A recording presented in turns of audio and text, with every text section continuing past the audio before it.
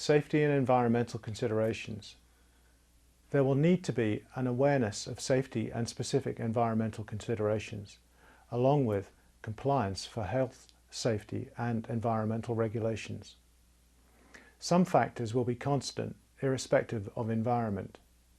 The need for well-trained people in the commissioning team. The need for a broad and diverse range of skills and expertise. That there are sufficient resources to control commissioning activities. The resources deployed must have the range of skill sets to participate in HAZOPs. They will need to observe the permit to work system.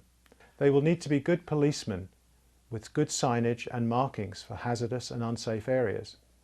They will be diligent disciples of the change control procedure. They will be great record keepers of temporaries on drawings and permits to work. There will be periodic drills and refreshers.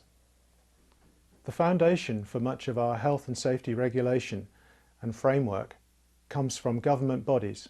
For example, in the UK, there is the Health and Safety Executive, the HSE. In the United States, there is OSHA, Occupational Safety and Health Administration. Offshore, United States continental shelf, there is the Bureau of Safety and Environmental Enforcement, or BSEE, as they are known.